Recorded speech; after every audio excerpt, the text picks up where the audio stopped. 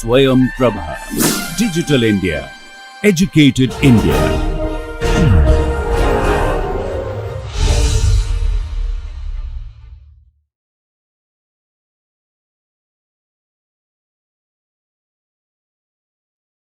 Welcome back again. So, today we will discuss that demand curve and supply curve shifts we have already introduced in our last lecture. So, today we will discuss that to what extent those shifting or change in demand, change in quantity demanded, those are happening. So, we will try to quantify those things by using the concept of elasticity. Okay. Before that, we have introduced that when demand curve shifts rightward, leftward, or supply curve shift rightward, leftward, okay, with certain for certain factors that are other than the two variables what we are measuring in our diagram. Say for instance, in our diagram, say suppose we are measuring as usual quantity demanded this side and price that side, right, and suppose this is the demand curve for one customer. Okay. Now, if that customers under the ceteris paribus condition, if that customer's income only increases, what will happen? Perhaps his demand curve will shift outward. As I clarified earlier, this shift may not be parallel, may be parallel also, okay, but some shifting will be in the right hand side. So, say suppose D1 was the earlier demand curve, D2 is the later demand curve. It is a shift due to income has increased of that customers under the ceteris paribus condition, while in other words only income has increased, while all other factors, all other associated factors, those may have some influence, some implication on quantity demanded or demand behavior of that person does not change, right. So, how we can think of that way, or how we can try to understand that. Okay. At every, say earlier, suppose this is the price level O, say P1, at that price level earlier he or she was asking this much of quantity demanded by him or her. Now, due to expand of income under the ceteris paribus condition, the same customer is demanding this much of commodity in the market, right. We can understand this from the other side also, from this kind of thing, right. To get this much of quantity, say Q1, OQ1 of quantity, this much OQ1 of quantity, earlier that customer was ready to pay this much of price, right. Now, the same customer is ready to pay little bit above price, this much price, because he has more income now, he has more money in his hand to spend against this commodity. So, that is why he is little bit flexible now, he is willing to pay little bit more than the earlier thing. Exactly the similar phenomena for the supply curve. Say suppose as usual we are measuring price in the vertical axis, quantity supplied in the horizontal axis, and suppose this was the initial supply curve, say S1. Now, suppose some factor that determines supply, we have discussed what are the factors that determine demand, what are the factors that determine supply. So, we know that one essential factor that determines supply is the cost of production, or factors of production, what is their price. If their price increases, so obviously cost of production will increase, it will have some implication on supply. How? Perhaps supply will shift leftward, say suppose supply curve will shift from S1 position to S2 position. How we can think of, or how we can understand that? Okay, look at here. Okay, at some given price level, earlier that supplier or that producer could supply this much of quantity of that product in the market. Now, he is able to supply only this much because cost has increased. Okay, you can think the other side. Okay, this is the thing. So, to supply or to deliver this much of product, earlier he needs only this much of price per unit of that product, right. Then if this much of price, say OP P3, in this case OP3 price is required per unit of that product, initial situation when he will be able to supply the product in the market. Now, since his cost of production has increased, so the same amount of commodity, say OQ3, that quantity if he wants to supply, okay, he needs little bit more price, not OP3 rather OP4, right. So, that is the thing how or why supply curve is moving leftward or rightward. Similarly, demand curve moving leftward, rightward, exactly if that things happen, its cost of production or factors of production become cheaper. So, cost of production falls. So, as a result his supply curve will move rightward. Okay. Exactly same thing it can happen this side, if say his income falls, right, his demand curve will shift leftward. When income was increasing, demand curve was shifting this way. When income falls, perhaps demand curve will shift this way. Of course, when I am telling that cost of production increase, cost of production falls in this supply case, income increases, income falls in this demand kind of case, right. All the cases as usual, as always in economics, under the ceteris paribus condition, only that income factor or only that cost of production factor changing, nothing else is changing. Okay, in that way. In our last class, so what we are discussing today, it is basically some extension of what we have discussed in our last class, and then we will go to the elasticity concept. Okay. In our last class we told that equilibrium price, how it determines, and look at here equilibrium price in the market and how much quantity of the commodity will be transacted in the market. In other words, equilibrium quantity in the market, both are determined by the market demand, market supply force, and we have used that market demand curve, market supply curve. Although we are discussing here individual demand curve, although we are discussing here in individual supply curve, of course if similar kind of phenomena happen for all the potential customers in the market, automatically after taking the horizontal aggregation of all the individual demand curves, you will get the market demand curve. As a result and market demand curve will also shift rightward or leftward depending on which direction individual demand curves are shifting. Exactly similar thing happens with the supply curve, how individual supply curves are shifting vis-a-vis accordingly market supply curve will shift. So, that is the phenomenon. Now, can we think of, yesterday we told in our earlier lecture we told that under the certain phenomena depending on the certain happening, certain peculiarity in the atmosphere where that customer belongs, maybe supply curve shifts, maybe demand curve shifts, maybe both curve shifts, right. So, can we think of one phenomena where both curve shifts? Okay. So, look at here, say there is an heat wave and suppose our product is ice cream, what we were discussing in our last class. Okay. So, there is an heat wave. Okay. So, as a result, suppose demand for ice cream was this kind. Due to heat wave, so what will happen? Perhaps demand curve will shift rightward because it is an heat wave is going on. So, people are desiring to get or consume more ice cream. So, people who were consuming earlier some amount of ice cream, they are asking for more ice cream because of this huge hot kind of climate. Not only that, suppose in the earlier situation people who were not purchasing at all ice cream, some of them are also trying to purchase ice cream now. So, as a result entire market demand curve will shift rightward because there is an atmospheric or atmosphere is very hot now. Okay. So, heat wave going. So, you know that usually tropical cyclones and all usually happens, they follow heat wave kind of thing. Suddenly the entire big geographical locality is very dry and hot, usually some cyclone used to come followed them, right. So, suppose heat wave, due to heat wave this kind of demand curve shifts rightward, and due to cyclone supply curve will also shift. After this heat wave, say after 2 days cyclone happens. So, what will happen? Initially supply curve of that product, this ice cream only we are discussing, so since some cyclone came, perhaps supply curve will shift toward leftward. Why?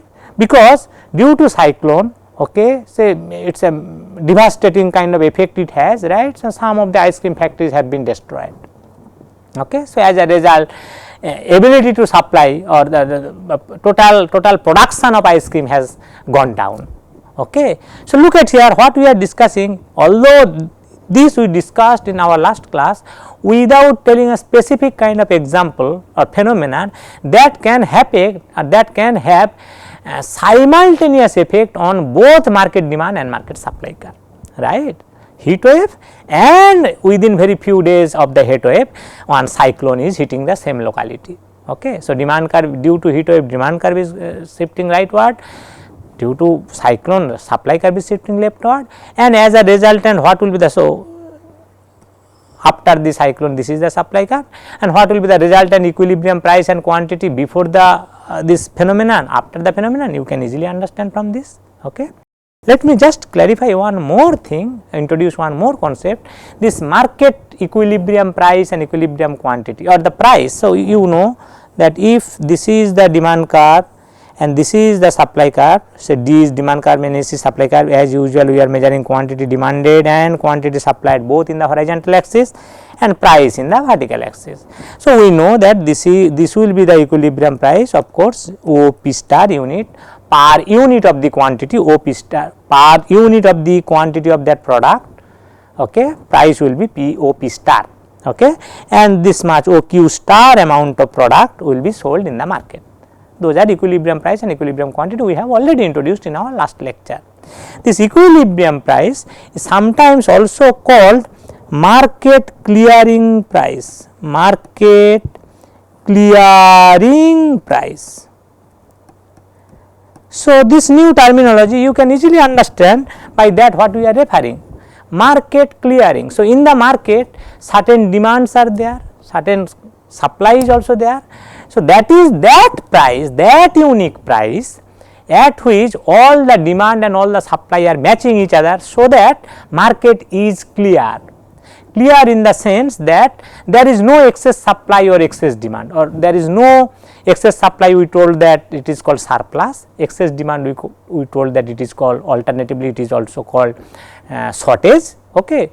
So, that is the price at which there is no shortage or no surplus. Okay. So, market is fully clear, all the sellers of the product they are finding customers for their product. So, all the sellers are able to sell their product, all the customers who are looking for purchasing some commodity or some quantity of that commodity, they also are satisfied. So, there is no excess, neither supply nor demand. Okay. So, sometimes that is called market clearing price. So, that we did not introduce in our last lecture. So, that is why we are introducing that too. Okay.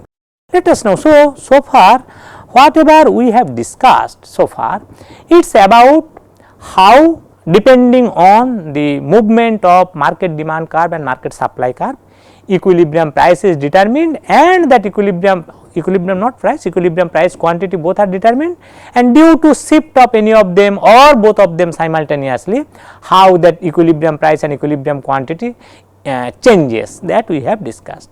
So, we told that demand curve shift rightward, leftward, supply curve shift rightward, leftward, but if we want to quantify that shift, how much, to what extent that shifts happen.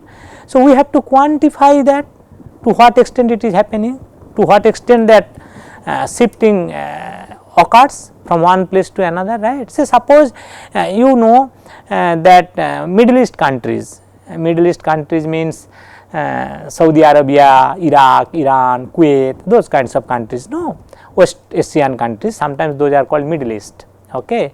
And some of the northern African countries like maybe Libya or those kinds of countries, those are the major producer of petroleum products globally. Okay. See, India also is producing petroleum, but depending on how much petroleum we are consuming, India as a country, entire country, very negligible fraction of that only we can produce on ourselves. So, major portion of our petrol consumption or consumption of petroleum products we are importing from mostly those countries. Okay. This is not true for India alone, this is true for most of the countries in the world. These a group of countries, 8 9 countries are there, those are called OPEC, we will discuss OPEC sometime later. Okay. Those are basically the major supplier of petroleum products worldwide. Okay. Now, suppose for some reason, say suppose there is a war kind of situation in Middle East countries, right. So, political instability is there. So, that if there is some political instability in some of the countries of this petroleum producer or petroleum exporting countries, that kind of situation arises, what will happen? Perhaps production of petroleum product, right, will be hampered. As a result, supply of the petroleum product globally will be affected. Okay. So, supply will fall. Okay. So, suppose this was the global demand, initially supply was that. So, D initially supply was that, due to some reason, so supply is this kind of thing. So, we can understand easily, although initially this was the price, say O P star was the O P star maybe.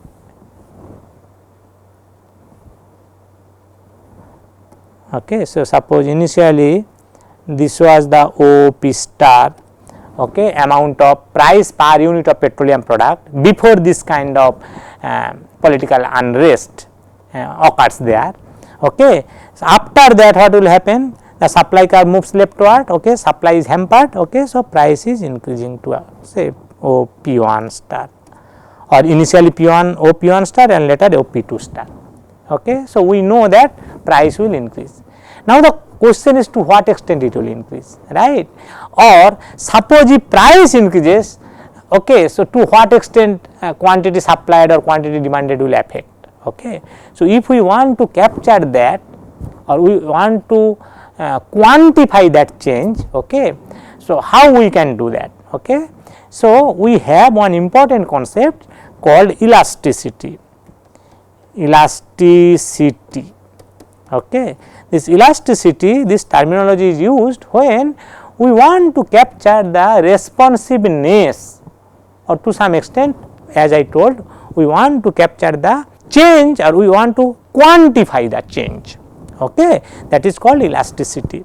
Let us first discuss elasticity related to demand, and then we will come to elasticity related to supply also. So, elasticity of demand and elasticity of supply we will discuss. Okay. Now, we are telling that since we are trying to quantify here, as you can remember, we introduced, when we introduced what are the factors that determine demand, we introduced 5-6 different factors, and while we introduced, we told that 3 of those factors are very easy to quantify, or those are directly quantifiable kind of factors. What are those quantifiable factors? Of course, the price of that commodity which determine its demand, okay, or quantity demanded that. Okay. Of course, price of the related commodities, of course, income of the customer. Those 3 factors which are easily those are quantifiable factors, and those quantifiable factors, each of them have some kind of implication over the demand, right. So, depending on the what factor demand is changing or quantity demanded is changing, accordingly we will bring 3 different terminologies. So, that terminology itself will tell that under the ceteris paribus condition only that factor is changing. Okay. So, when 1, 2, 3 alternative concepts we are bringing of elasticity of demand here, because 3 quantifiable factors are there. You can remember, depending on each of these 3 quantifiable factors and changing in those factors vis-a-vis the quantity demanded, we have classified the commodities or nature of the commodities into 2 groups, no, normal commodity, normal good versus inferior good, ordinary good versus given good, substitute commodity vis-a-vis complementary commodity, if you can remember, right. Exactly those 3 quantifiable factors we are considering here, right. And other factors which are very difficult to quantify, those we are not bringing any concepts, or those we are not bringing into the elasticity concept. So, we can tell accordingly, we can get accordingly 3 elasticity of demand concept. One is called price elasticity of demand, price elasticity of demand. Sometimes this price elasticity of demand sometimes is called own price elasticity also. Why it is own price, I am coming, it will be very easy. Cross price elasticity of demand, cross price elasticity of demand, and income elasticity of demand, income elasticity of demand. So, you understand when this own price is coming, because this cross price concept, Own price means when the commodities quantity demanded is changing due to change its own price, that is called price elasticity of demand, or more specifically or more clarificatory way it is called own price elasticity of demand.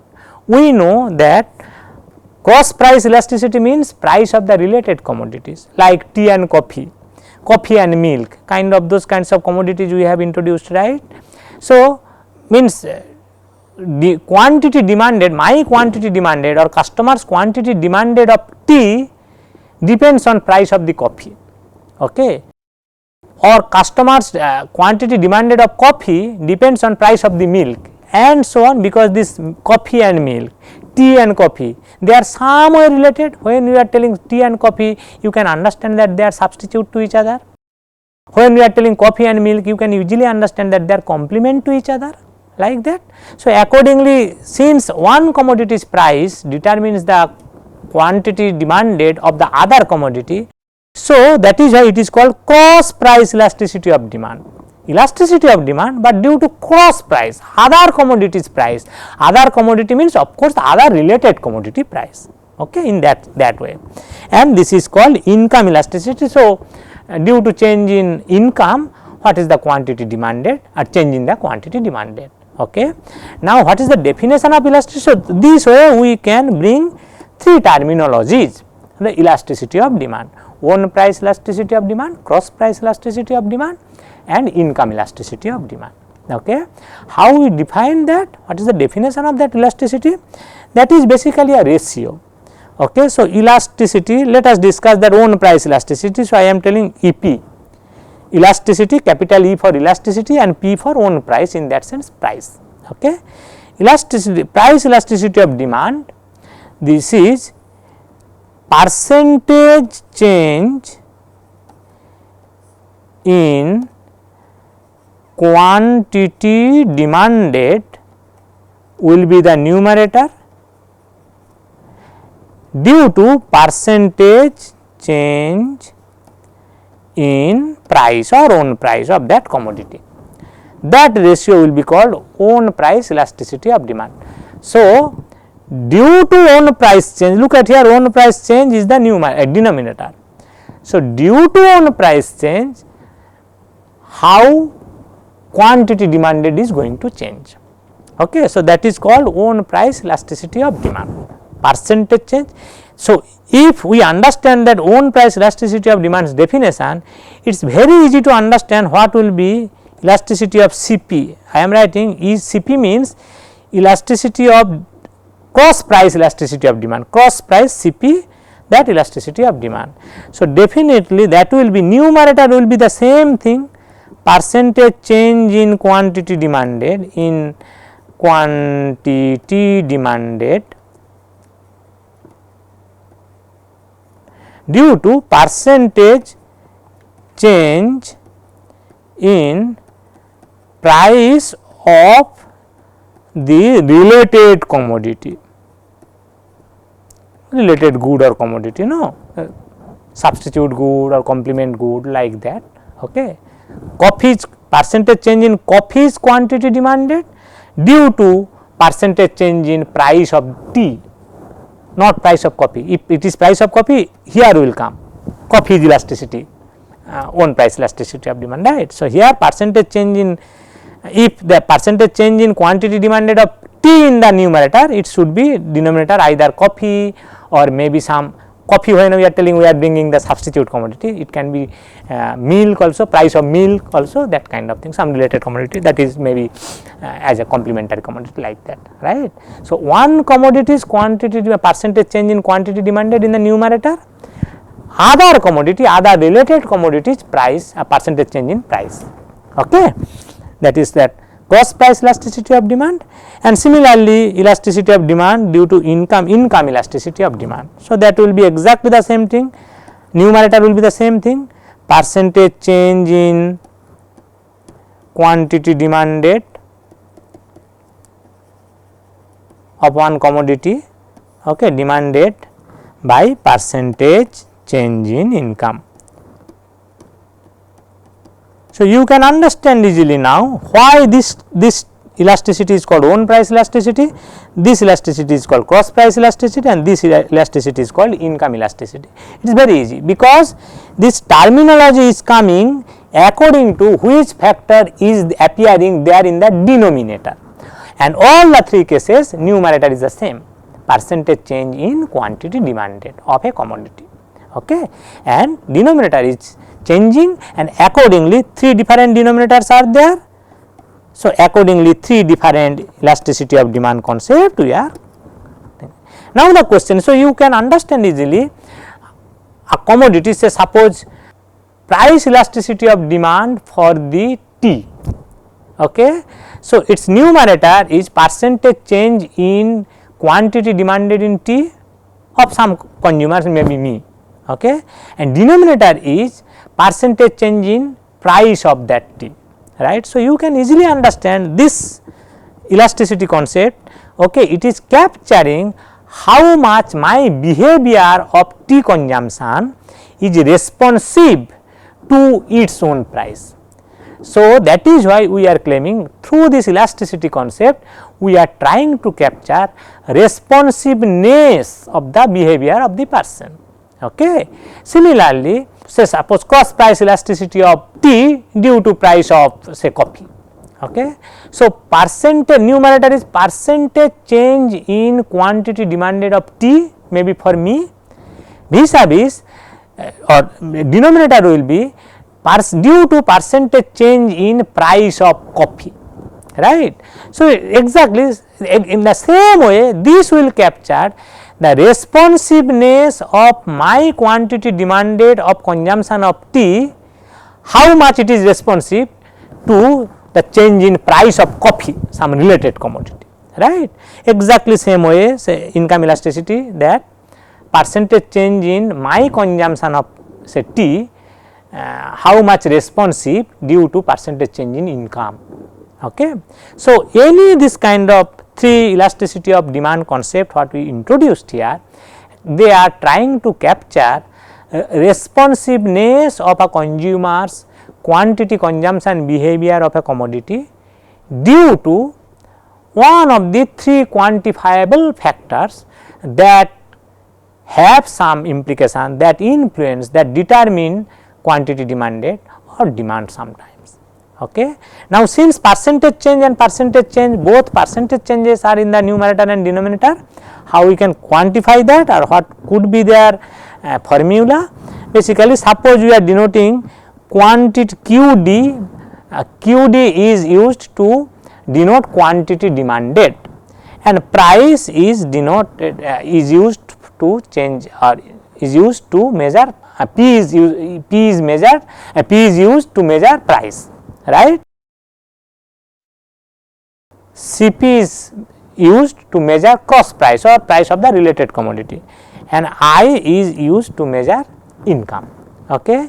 So, definitely in own price elasticity of demand in our usual notation EP, that must be delta QD by QD, delta QD by QD into 100, that is the percentage change, okay. This delta QD means how much change happens in quantity demanded, delta QD. Say suppose initially this was QD 0 amount, initial quantity demanded before the change in price, and after change in price suppose this is QD1, that is the new quantity demanded.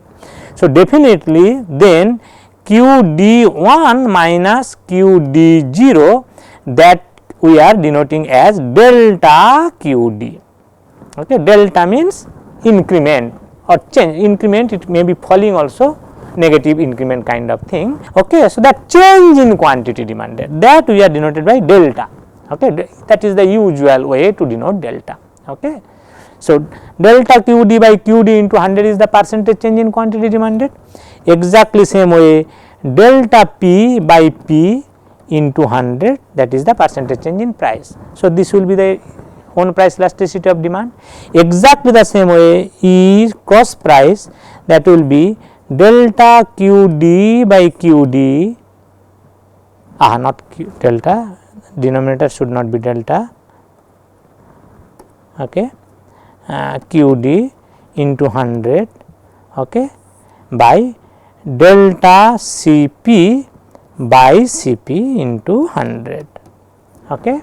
Exactly in elasticity of demand, income elasticity of demand will be delta QD by QD. Look, numerator is always the same, all the three cases, and this will be delta income I by I into 100. So, both denominator and numerator you can cancel out 100. So, this will result will be delta QD by QD into P by delta P. This thing if you simplify, you will land here. Exactly the same way, this thing if you simplify, you will land here delta QD by Cp, okay, into delta QD by QD into Cp by delta Cp, okay. Exactly same way, if you simplify that, you will land here, this will be delta QD by QD into I by delta I. So, these are the elasticity of demand, or three alternative concepts of elasticity of demand. Now, we will discuss exclusively or quite exhaustively one price elasticity of demand, and we will not discuss the two other concepts, but in the same way if you proceed, you can do that easily. So, one of them, or discussion of one of them is quite exhaustive way is required, and from that you can easily do the subsequent thing if you wish, right. So, we will now go to discuss that how we can measure one price elasticity of demand.